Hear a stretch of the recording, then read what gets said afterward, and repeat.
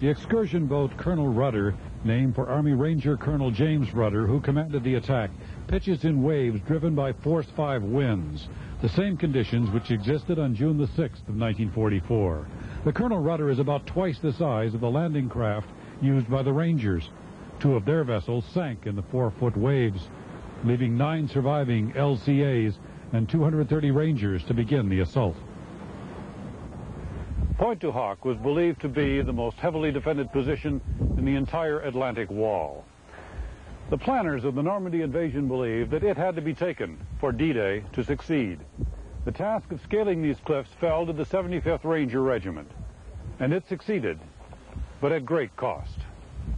Using grappling hooks fired from the base of the cliff, the Rangers gained the top in less than 30 minutes.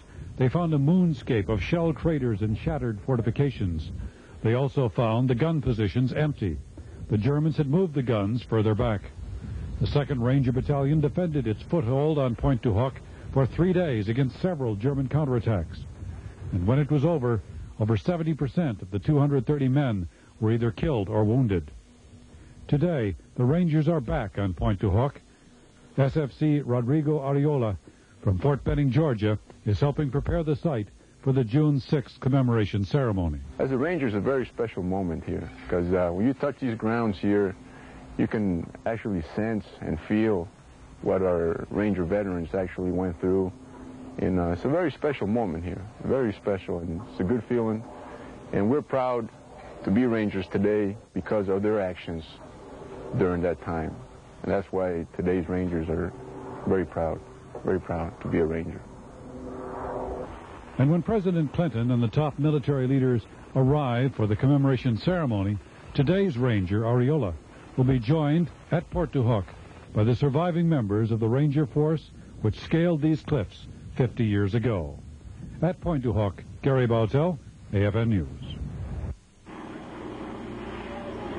The ceremony at Pointe du Hoc is the responsibility of the 130th Engineer Brigade out of Hanau, Germany. Along with that, they have other duties. A platform ramp is needed at the Normandy American Cemetery,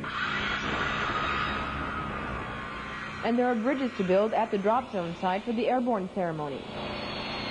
Corporal Foy Capers is glad to be working. It was slow getting started. We've been sitting in the gym back at Grand Camp and not doing anything. We just looking to work. Finally got out here. You can tell how enthusiastic everybody is to work. According to Staff Sergeant Jack Spencer, everything is right on schedule. We're looking good out here. We have 2 other bridges to put in, and that was jumped from 2 to 3. So the soldiers are really motivated. They're doing good work, and it's going up a lot faster than what we thought. Lieutenant Colonel John Craig is the S3 for the 130th Engineer Brigade. In his opinion, all the work they're doing is worth it when it comes to the veterans. They're heroes, and this is really the last opportunity, I think, for their country to say thank you for a job well done. The 130th Engineer Brigade soldiers will have plenty of work still to come. Everything that's constructed for the ceremonies will have to come down when the ceremonies are over. In Normandy, France, for the U.S. Army Europe Public Affairs Office, Diana Dawa reporting. From Pointe du Hoc, we turn our attention to another major D-Day venue, Sainte-Mère-Église, which, as Army Sergeant Tim Donahue points out, was the first town liberated by the Americans on D-Day. 24,000 paratroopers and glider-borne troops of the American 82nd and 101st Airborne Divisions and the British 6th Airborne Division left England for France for the first assaults of the D-Day invasion. The 82nd Airborne's main objective was the city of Sainte-Mère-Église. The members of the 3rd Battalion, 505th Parachute Infantry Regiment, landed in their objective, the town square of Sainte-Mère-Église. Led by Lieutenant Colonel Edward Krauss, the American flag was raised here, the first American flag to fly in France since the beginning of the war. Another member of the 82nd that day was Private John Steele, whose parachute caught on the church, where he hung playing dead for 2.5 hours before being captured. A mannequin marks the spot today. The city welcomes back the veterans of the D-Day invasion with open arms. On the 5th of June, ceremonies take place in the city. Major James Dalton is the project officer. Well, basically, 2 major events. We have a commemoration of the airborne operation, and that'll actually take place on what was called Drop Zone Tango, and that's just to the west of here, near the small village of Amfreville. After that ceremony, in which we have 560 parachutists participating, 500 U.S. and 60 French, they will assemble and march in front of a reviewing area. And after their formation the ceremony on the drop zone, they will move and by ground march to St. Mary Glees Town Square, where the community will welcome them, and they actually will kick off their Airborne Friendship Day. St. Mary Glees, a key town in the invasion of France and an important part of the D-Day commemoration. From Normandy, I'm Army Sergeant Tim Donahue, AFN News. Time now for the weather from the European Forecast Unit at Traub and Traubach. Taking a look at the European weather forecast, it was a beautiful day in Germany today, but it won't be tomorrow. A frontal system will move through Central Europe, causing mostly cloudy. Big band music filled the air at RAF Falconberry as the base hosted the annual Hangar Dance. People searched closets, attics, and rental shops looking for the perfect attire for the evening. However, this dance was more than just a costume party and a night out. For some, it was a way to get in touch with the past. It's close to people's hearts. You know, they remember a lot of history, and it's an appropriate event for that time, sure. The people of Falconberry had their first annual Hangar Dance in 1989 as a 50-year commemoration to the start of World War II. And now, as the base population shrinks, there are worries that this could be the last dance. We started for the whole of the war. To me, I think to finish off with the VE celebrations, Victory in Europe, it would really sort of round it off nicely.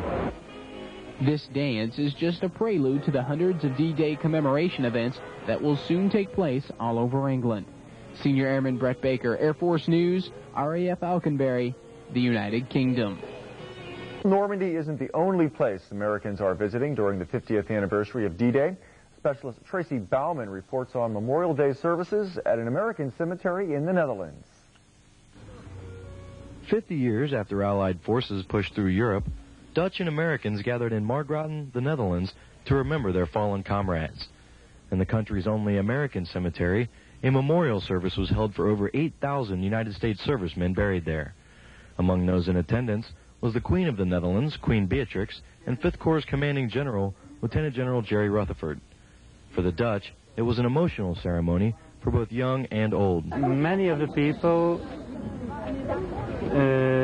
have been there, have all kinds of memories, personal memories, I think, very personal memories, with grief, also with relief when the war was over. And that's a feeling the children haven't. And that's why we are coming now. For the many American veterans present, the ceremony was even more touching. Well, the ceremony this morning was beautiful. Yeah. And of course we came with our Dutch friends that we've known for 50 years, and the family I met during the war, and to come here, this is our second time here, and it affects us. It affects me in the same way. After the formal ceremony, General Rutherford placed a wreath on the grave of Major General Maurice Rose, who was the commander of 5th Corps' 3rd Armored Division. For the 5th Corps Public Affairs Office, Specialist Tracy Baughman, AFN News. Saying goodbye is difficult, especially when you know the place you're leaving will be closed forever. That's the case with the Fulda American High School in Germany.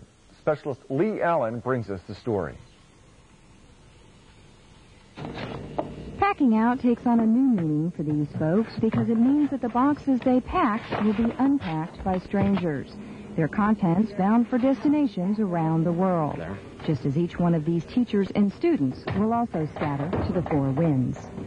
I think it's been a great 5 years here at Fulda, personally and professionally for me, and it's going to be real tough. I've really gained some good friendships, and the kids have been just absolutely super over the last 5 years. And when I walk out, it's going to be real tough for me to deal with. You can't help feeling the emptiness as you walk the halls here. The classrooms are barren, and everything not bolted to the floor will be packed up and moved out. It is very sad to see what's happening, and in a month when I come up here, I won't be able to get into my room. I won't be able to use the equipment that I've always had access to. So it's taking away a big part of my life. Meanwhile, these teens, some of whom have attended school in Fulda since kindergarten, find it's no easier for the students to leave the school behind. Friends is the hardest part. Your friends are over here and over here and over here, so you probably can't ever see them again after this. I think it'll be a mixed feeling. I mean, we're happy to see so many, our friends graduate and move on, but then it's sad because that just a couple of days we're shutting the doors for good. Reporting for the last time from Fulda American High School, I'm Specialist Bautell is there and reports on the preparations. It is a peaceful scene at low tide. Families stroll across the wet sand. Others, of an older generation, may be seeing this beach in a different light. The first troops from the 1st and the 29th Infantry Divisions landed at Omaha Beach at low tide. The tides brought the landing craft onto the wrong stretch of beach, and the attack faltered under withering fire from the high ground. The troops remained pinned down on the beach until 1 o'clock in the afternoon, when naval gunfire, coupled with the German 352nd Division running out of ammunition, allowed them to move inland. Bloody Omaha, as it was called, cost more than 2,000 American lives. This crumbling bunker was once a part of the famous Atlantic Wall fortifications that the Germans had built all along the English Channel coast. It looks out on the beaches of Normandy, and on June 6th here at Omaha Beach, bunkers like this caused extensive damage and many, many casualties to the troops trying to land here.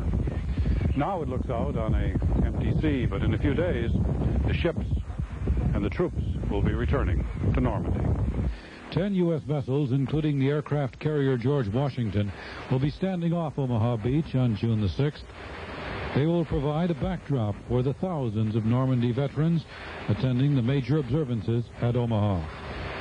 The International D-Day ceremony at Saint-Laurent-sur-Mer and the U.S. observance at the U.S. Cemetery at Colville-sur-Mer. President Clinton will attend both ceremonies as the world remembers the beginning of the end of World War II in Europe. At Omaha Beach, Gary Bautell, AFN News. As the anniversary day draws nearer, the Norman countryside is already experiencing another invasion. Except this army is armed with cameras, pens, and microphones. AFN's Army Sergeant Tim Donahue reports. 4,000 writers, photographers, radio and television reporters, technicians, and camera crews from more than 40 countries are expected by the 6th. In order to have a place to work, a media city is being built. What was once a farmer's field has been transformed by the use of metal plates and a communications tower and mobile offices into what will soon be the headquarters of the world's media. CNN is beginning to prepare their workplace for the 50 people they will have in Normandy. Alec Moran handles special events for the network. This is a pretty big event for us in terms of numbers of people, in terms of, the porta cabins. I mean, this was a field. I mean, this makes it logistically tougher. In some ways, it's not in terms of the scope of the number of people, but in the terms of facilities and bringing in generators and bringing in cabins. It's like a mini political convention. All the major networks plan extensive coverage of the events surrounding the commemoration. We have a commitment from the network to cover almost all the major events live. And we're not talking about just the events here in Normandy. We're also using this as our base to cover the Nettuno Cemetery event in Italy, for example. Because although that doesn't have to do with D-Day, it does relate to the liberation of Europe, which is the bigger story. I mean, D-Day is the big story, but the bigger story is the liberation of Europe. The international media prepares to bring the 50th anniversary of D-Day to the world. From Normandy, I'm Army Sergeant Tim Donahue, AFN News. While an army Journalist roams Normandy looking for that perfect picture. A more conventional army is fighting a battle against time. With the countdown to H hour only a week away, USER's Dawa shows us how a group of American soldiers is working to prepare the Normandy American Cemetery for the big day. Soldiers from the 41st Field Artillery Brigade out of Babenhausen, Germany, are polishing up on their performance. Colored! Ho!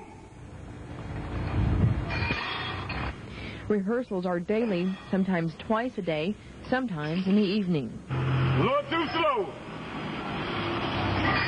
There you go. Pick them up. Try it again.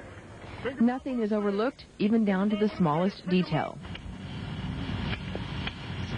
The 41st Field Artillery Brigade has the privilege of providing support for the ceremony at the Normandy American Cemetery. From what soldiers are saying, participating in this event is a real honor. As a soldier, it just, I guess, made my job and just generally soldiering more meaningful and brought more honor to my job and to my country. 41st Field Artillery Brigade soldiers have nearly a week left for preparations. Right now, they're about 60% ready for the June 6th ceremony. With the U.S. Army Europe Public Affairs Office, Diana Dawa reporting. As with all such events, the 50th anniversary of D-Day is also a souvenir collector's paradise. Let's browse a while with Gary Bautell at a souvenir shop in St. Mère-Église. Just about any kind of shop has mementos of D-Day. This is a hairdresser. There are souvenir shops everywhere, and street vendors are popping up near all the famous battle sites. This shop's got quite a selection of T-shirts. Of course, everywhere you go, there are T-shirts for sale, and they all look different. But here they're pretty moderately priced. We've seen some that range around 100 francs or 99 francs. Here you can get one, for example, a nice simple one that says D-Day 1944 for 55 francs. That's, you know, around $10, which is, I guess, your standard souvenir T-shirt. Mandatory hat, baseball cap. What would a trip to Normandy for the 50th anniversary be without a baseball cap, right? And again, all kinds of different models are available. This little white number, for example, very nice. Everywhere you find patches from the famous division, 101st Airborne Division, the 82nd here. Also a lot of fanciful patches that, of course, didn't exist 50 years ago. And the favorite item just about everywhere as far as souvenirs are concerned is the clicker that was used by the troops when they came in the dark.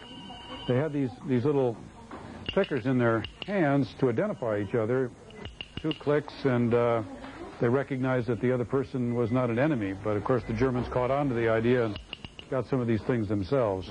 Staff Sergeant Randy McPeak is one of the 1,500 USER soldiers in Normandy to support the 50th anniversary ceremony. I'm not into the T-shirts, but I look more for something that's more original to France, such as the wine, which is what they're known for. Well, they have this sand from the beaches of Normandy. I mean, that'd be something you might want to be... Well, no, in fact, if you go to my room right now, there's plenty of sands from the beaches of Normandy in my room on the floor, so no, I don't think I'd want some of this. What is the worst souvenir I found? Well, it's a D-Day musical T-shirt.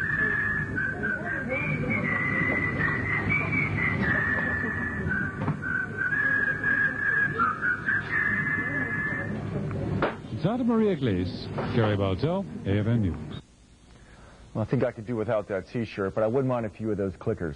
This program note, Game 1 of the National Hockey League Stanley Cup Finals comes your way on AFN television tomorrow morning at 2. Be sure to get your VCRs ready. We leave you tonight with scenes from yesterday's Memorial Day activities at Son of Old France. Thanks for joining us, and have a good weekend.